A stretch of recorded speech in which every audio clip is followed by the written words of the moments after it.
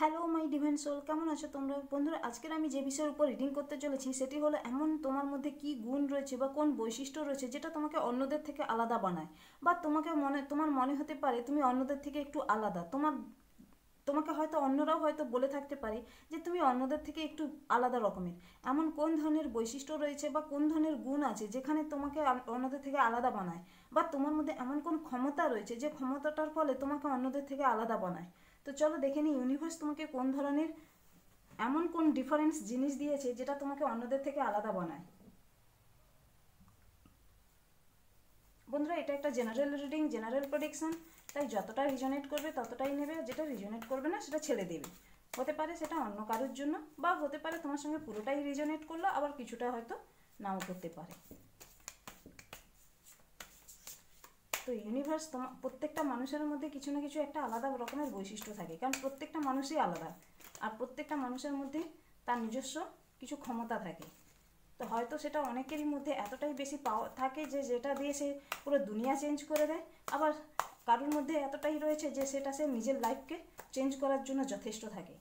হয়তো সে যে পরিবেশে বড় হয়ে উঠেছে বা গড়ে উঠেছে সেই পরিবেশ থেকে সে বেরিয়ে হয়তো এমন কিছু ক্রিয়েট করলো যেখানে হয়তো দেখা যেতে পারে যে সেটা কেউ ভাবতেই পারেনি যে তার মধ্যে এই ক্ষমতা ছিল বা এই গুণটা ছিল, যেটা তোমাকে সবার থেকে আলাদা বানায়। যেখানে হয়তো তোমার পরিবারের মধ্যে বা তোমার আশেপাশের মানুষদের মধ্যে যে ধরনের হয়তো রয়েছে গুণটা, সেটা হয়তো কেউ জানতোই না বা বুঝতোই না, কিন্তু তোমার মধ্যে সেই গুণটা হয়তো হঠাৎ মাত্র তুমি সেটা হয়তো ক্রিয়েট করেছো বা ইনহ্যান্স করেছো।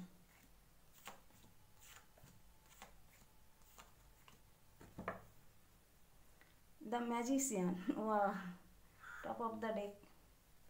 তার মানে তুমি খুব ভালো একজন ম্যানিফেস্টার, মানে অ্যাকশান নিতেও ভালো পারো। Wheel of Fortune, wow, nine of cups, page of pentacles, the devil, three of swords, king of wands, five of swords and four of wands. ওকে, তো চলো, হতে পারে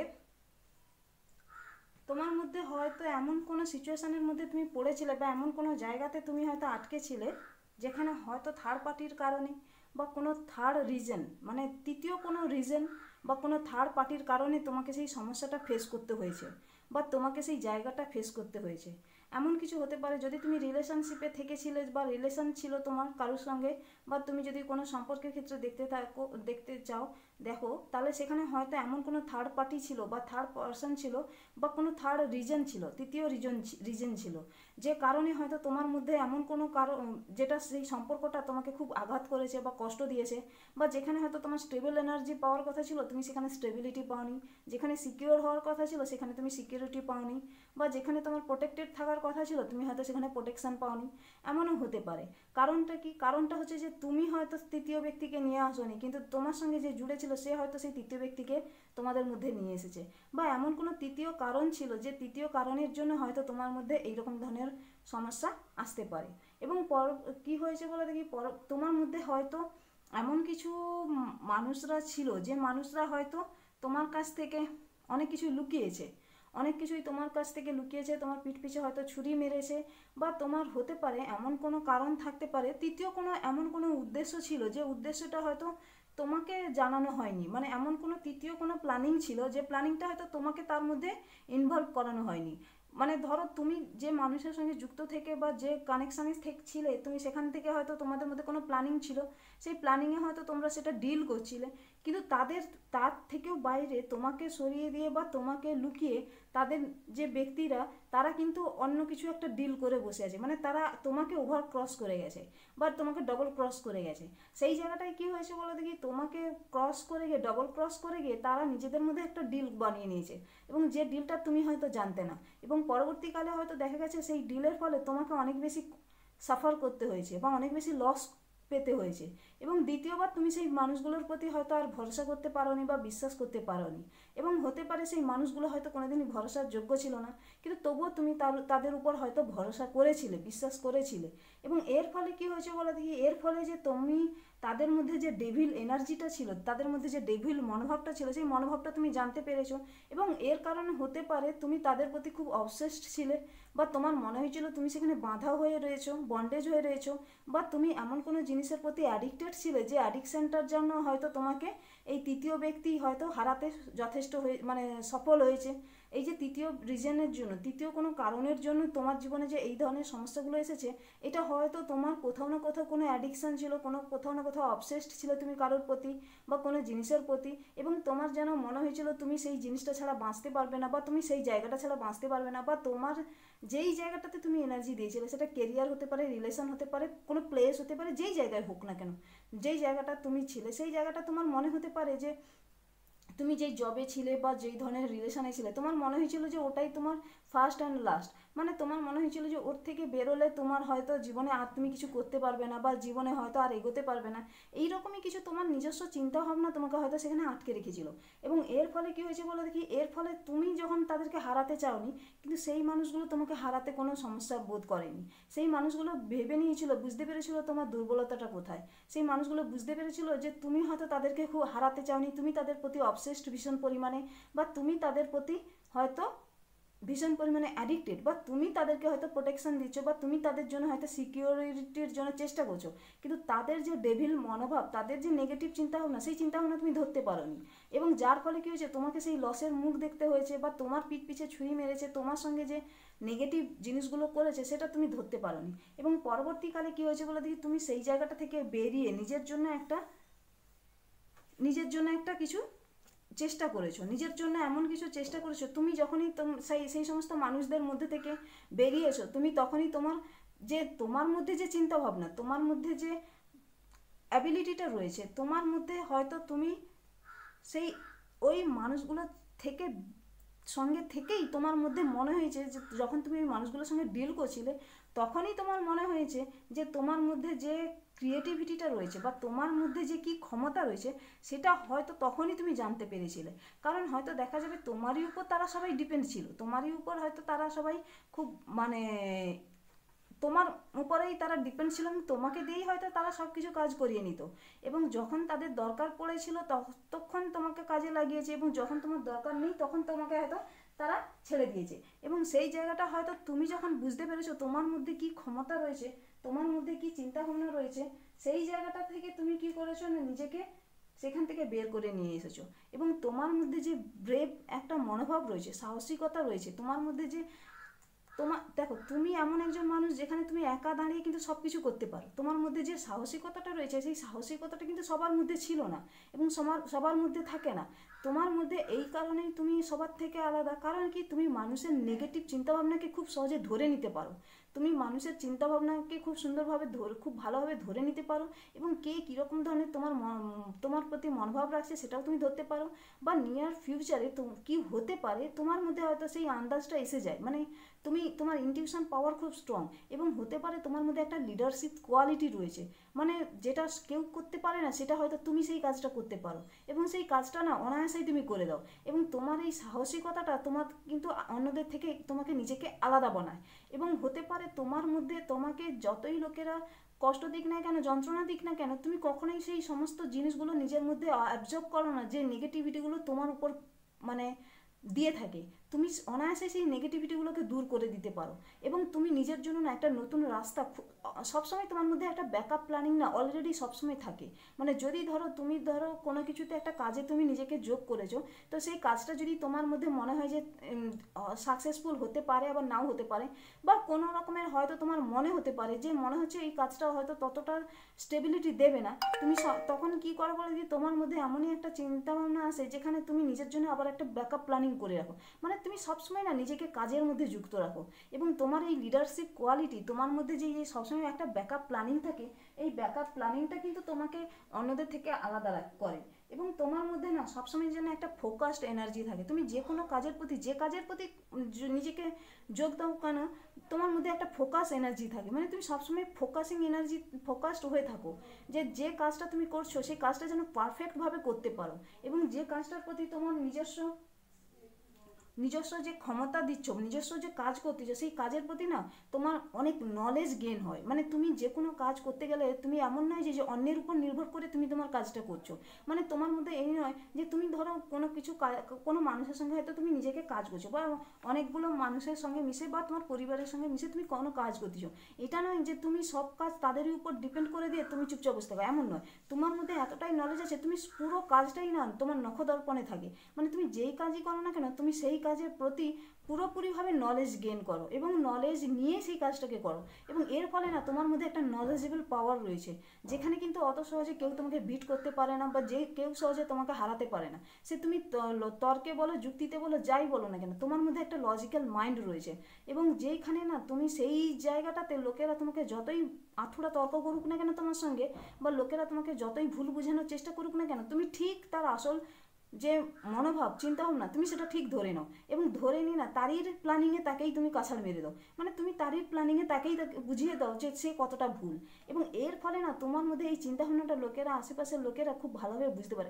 হয়তো হতে পারে তুমি মানুষদের এনার্জিও ধরে নিতে পারো, তারা কোন এনার্জিতে বা কোন অ্যাঙ্গেলে তোমার সঙ্গে কথা বলছে, বা কী কারণে তোমার সঙ্গে কথা বলতে চাইছে, বা কোন উদ্দেশ্য নিয়ে তোমার সঙ্গে কথা বলতে চাইছে, সেটা না তুমি খুব ভালোভাবে বুঝে নাও। এবং এর ফলে না তোমার এই যে তুমি যে এই যে মানুষদের এনার্জি পিক করে নাও, বা তুমি যে এই যে মানুষদের মনোভাবটাকে বুঝতে পেরে যাও, এটা কিন্তু লোকেরা বুঝতে পারে যে তোমাকে এত সহজে ডমিনেট করাটা সহজ হয় না।